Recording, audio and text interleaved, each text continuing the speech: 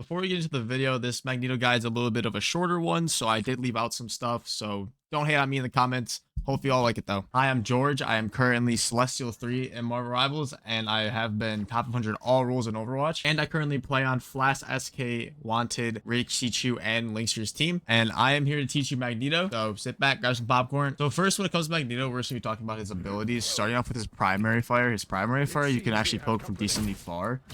His primary fire is the easiest thing to poke out backlines and how you build up your ult the fastest by using the fact that it hits in an area effect. So you don't really have to be like directly perfect on top of people. You can just hit above them or you can hit around them. So you can use that just to build out faster by hitting multiple people that are grouped up and not just one person.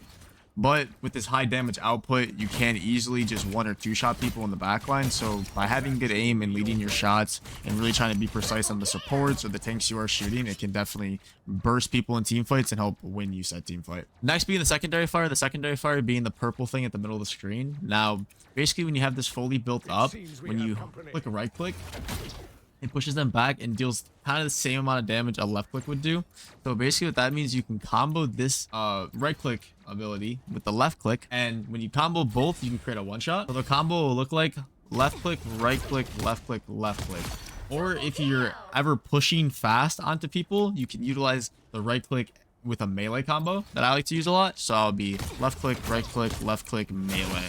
And if you're ever like hard walking onto people, you can just do that seamlessly to get the one shot, so you never have to waste that long time to shoot out another left click. You can instantly hop onto the next target.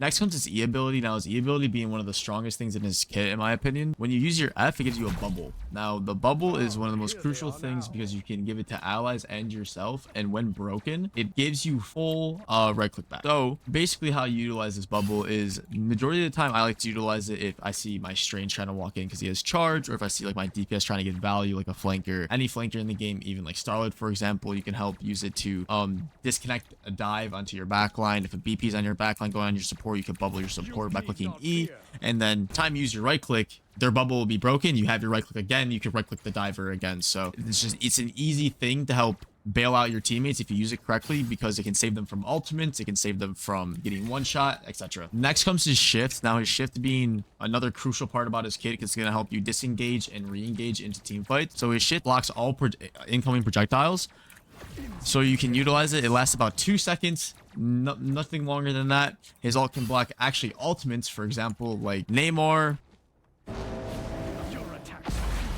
Witch, Strange, by the eye of Agamotto. thank you, and Groot. On top of that, you can also block Storm ult, but you can only utilize shield so long, so you kind of have to utilize the bubble to help sustain through the full thing. Wrath of the goddess!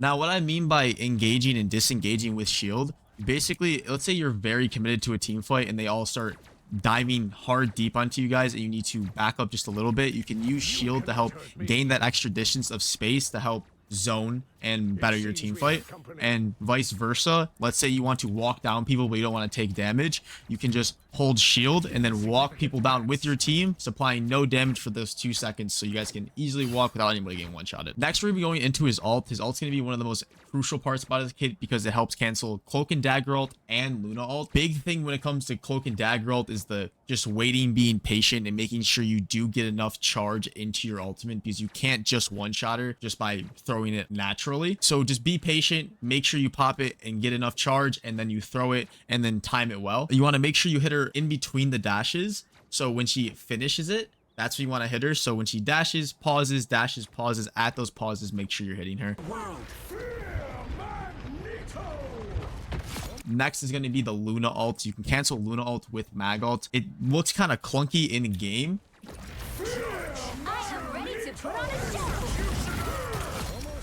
but you just have to make sure you have enough charge, because you think you can't do it, but with enough charge at closer to the max, I think you just have to get past half. You can kind of tell, it gives you kind of a sound cue in your ear, you'll hear it.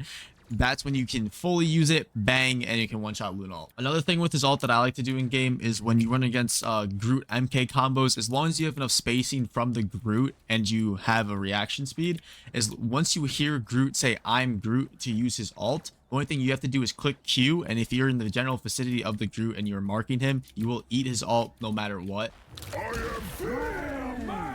As long as you time it well and you have a fast enough reaction speed, canceling the whole MK Groot combo, because it's going to instantly get rid of everyone being able to stand still. And as long as you guys just keep moving, MK maybe will only find 1 or 2 if you're lucky, or maybe you find none. That's it for my mag guide. Hope you guys liked it. If you guys want more stuff like this, comment below what you guys want me to do, and I'll see you in the next one. Adios.